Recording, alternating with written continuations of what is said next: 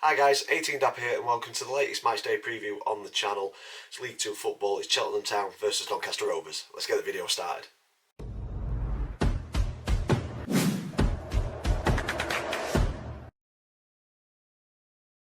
So guys, welcome to the latest matchday preview on the channel. Cheltenham Town versus Doncaster Rovers in League 2. Huge 3 points for the Rovers. Maybe not so much for Cheltenham, but we will get into that as the video goes on. If you're an existing subscriber, thank you so much for supporting the channel and continuing to do so. If this video has brought you to my channel and you like this sort of content, please consider clicking subscribe so you don't miss any future videos. And if you are new to the channel, this is a format that we go through match previews, look at previous meetings between the two clubs, current form across all competitions. I choose a Doncaster Rovers player to say a few words about, and then I choose the opponent's one to watch. But as I always say, you know your club much better than I do, so if there's anybody else that should be part of that conversation, get them in the comments down below. And then to round the video off, it's 3 predictions. Predicted team lineup thanks to FanHub. Me and the family have got a predictions league table. There's an update on that, and then the all-important score prediction at the very end. So without further ado, let's get into previous meetings. Donny and Cheltenham not faced off too often from what I can find, but if you know more than what I do, get it in the comments down below. I can find 13 occasions Rovers are out in front in this one. If you're a regular viewer of the channel, you'll normally see that it's the away teams that are better than Donny, but we've won 7 out of the 13 meetings, drawn 3, and Cheltenham have won 3. Drilling down into the more recent 5, and it's 3 wins, but a little bit wobbly more recently with a heavy defeat and a draw. So we jump back to the 16-17 season in League 2. Donny did the double, a 1-0 away win and a 2-0 win at home. And then in the 2021-22 season in League 1, we managed to edge 3-2 at home, but got battered away from home 4-0. Hopefully that's not a preview to what's going to happen tomorrow. And then earlier this season we shared the spoils with a 2-2 draw. So yeah, the last 2 games we're winless against Cheltenham, but overall we are better historically. So hopefully we can get out of this little mini blip between Cheltenham and Donny and get a vital 3 points tomorrow. Current form does probably point towards Donny, only just though. So in our last 5, we've got a defeat, 2 draws, a win, and then a draw last time out. So unbeaten in 4, but only 6 points out of a possible 12, so not ideal. Cheltenham on the other hand, a win, a draw, and then coming into this one off the back of 3 defeats. And for Cheltenham, the season's pretty much done and dusted, so fingers crossed, hopefully they're on the beach at this point. They're currently 15th in the table as we're recording this on 50 points, so not mathematically safe, but there's a lot of traffic between them and Morecambe in 23rd. For me though, it seems like it was a bit of a season of resetting after relegation last season, and I think progress will be the target next season, so they'll be looking at getting up the division and towards the playoffs next season, and decent recruitment in summer. There's no reason why they can't do that. Recent results though this season against Morecambe, Tranmere and MK Dons showed to me that they can be got at. They've conceded 5 goals and scored none, which surprises me because we've got some attacking threat within their squad, and that showed more recently against Wimbledon, where they turned them over 2-1 against a very good Wimbledon team, a very good defensively sound Wimbledon team as well. So to score 2 past them is no easy task. So for me, it's a game that we can't take lightly still, even though they may be on the beach. For Donny though, midweek felt like a loss, but had we held on to the 2-1 lead that we got late on, I'd have probably said that we'd robbed 2 points from Walsall in that fixture. It was 2 teams that got at each other, and for me, Walsall won the first half. I thought they were the better team in the first half, but for me, we were the better team in the second half, but without really testing the keeper all that much, which was disappointing. So a draw, in reflection, probably the right result. But yeah, I just fear that leaking goals just after scoring, just after the break, has happened quite a lot or early on, might cost us come the end of the season. I said it in the match day vlog that those 2 points lost, amongst other points that we've lost over the season, could be the difference between 3rd and 4th. Hopefully come the end of game day 46 it'll not be a talking point and we'll be in the top 3.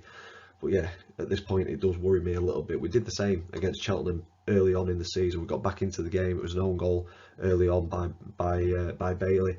Broadbent got us back in the game on the 55th minute, and then we conceded on the 56th minute. So it's been a reoccurring theme this season, irrespective of what defence has been there.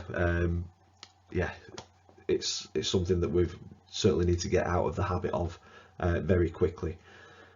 For me, we simply have to avoid the playoffs because what I've just said. I don't think we are strong enough to win those one-off vital games. So I hope we do it in these next few games. We don't have to go through the turmoil of the playoffs. It's the best way to go up, but I just don't think my heart, blood pressure, and everything else can take it. So yeah, we've got to avoid those. Hopefully, big 3 points in this one. On to player profile. So for this one, I've gone with George Broadbent, defensive midfielder for Donny, 24 years old. And for me, I'm liking George more and more as the season goes on. He seems to get quite a bit of stick whenever there's a misplaced pass or just kind of as a slight off day. It seems to be a little bit of a scapegoat sometimes, but I think he does a lot of things that are not always seen in football. He does the dirty work in the midfield, breaks up attacks. He's got a very good engine on him. He runs forever, and at 24 years old, I think that there's certainly room to develop and grow. And for me, if he had goal contributions, not just scoring but setting up, I think he's assisted 3, scored 1 this season in 31 appearances. It's not great from a midfielder. You want a bit more from them. I think if he adds that to his game, he could really be a top player for us. He's not quite at Whiteman level, but it does remind me a little bit of him. I think add that goal contribution and we could have a top player on our hands. Moving on to the opponents one to watch. So as I said at the start of the video, you know your club much better than I do. So if there's anybody else that should be part of the conversation at this point, get them in the comments down below. But I've gone with Ethan Archer. He scored past us in the return fixture, 22 years old, left midfielder. From what I can find, 127 appearances career-wise, 26 goals, 7 assists. Not sure how accurate that is. If you know better, like I say, in the comments down below. But yeah, quick. He can play across kind of the front attacking midfield, in off the left or centrally. Normally off of the strikers, so he's getting in and around it. He scored passes in the return fixture, like I say. With the makeshift defence that we've got, I think his pace could be a problem if it is Anderson and Wood as the back two. So yeah, for me, I think the midfield have got a lot of work to do. I think they need to be supporting the defence in this one and just kind of keeping Ethan away from the ball, so that he can't find one of the other attackers or find that little bit of space to get a shot off, because I think he is the danger man for Cheltenham in tomorrow's fixture. So Ethan Archer, one to watch for me. On to the predicted team lineup. So this is thanks to FanHub. If you've not downloaded the app yet, please go ahead and do so. Plenty of features to get your teeth stuck into. But I have gone unchanged from my prediction against Walsall. I'll give you my reasons. I've gone Sharman Lowe in goal, Sterry, Wood, Anderson and Senior as the back four. I'm not sure if any of the other back four are going to be fit or not, but for me, I think they've been capable replacements. We're obviously missing that bit of pace, but I think Wood and Anderson, they've got that experience which does get them out of trouble sometimes. I think even with McGrath and Olowu, the goals that Walsall scored Tuesday would have potentially happened anyway. We've got one of the worst defences in the top 7, so I think it's been an issue all season, irrespective of who's been in that back four. Midfield of Broadbent, Bailey. I'm changing Sabara out for Clifton. I think Clifton did well when he came on. Sabara looked a little bit lost against Walsall for me.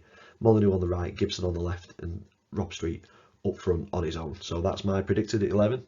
We'll see how close I am tomorrow. Moving on to the Predictions League table. So if you're new to this, me and the family predict the scoreline for every single league game. Get the scoreline spot on, it's 3 points. The outcome of the game right, but not the scoreline, it's 1 point. Completely wrong, no points. And we were all confident on Tuesday night. We were hoping and praying for a Rovers win. It didn't come. It was a draw. Normally my dad goes with the Desmond. He always goes 2-2, and he didn't this time. So no points added. The table remains the same. Max and Chris joint top, fighting it out for the trophy on 27 points. I'm 4 points behind him on 23 points. Dad's 3 points behind me on 20. And that takes me on to the all-important score prediction. I think still disappointed, a bit deflated from the draw on Tuesday night, although I say that it's a fair result. We were so close to getting all 3 points and probably stealing a couple of points there. So it does feel like a defeat, but I think if we back it up with a win, it's not been a bad week. 7 points from 9, we'll take that for sure. So I'm putting my neck out on the line. I was going to go with a 2-1 defeat because I did that last season and we were winning every single game, but I am sticking with my head, not my heart, although my heart's agreeing with this one. I'm going Cheltenham 0, Rovers 2. We'll see if I'm right tomorrow.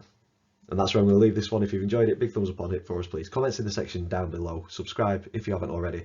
As always, thank you for watching, and I will see you in the next one.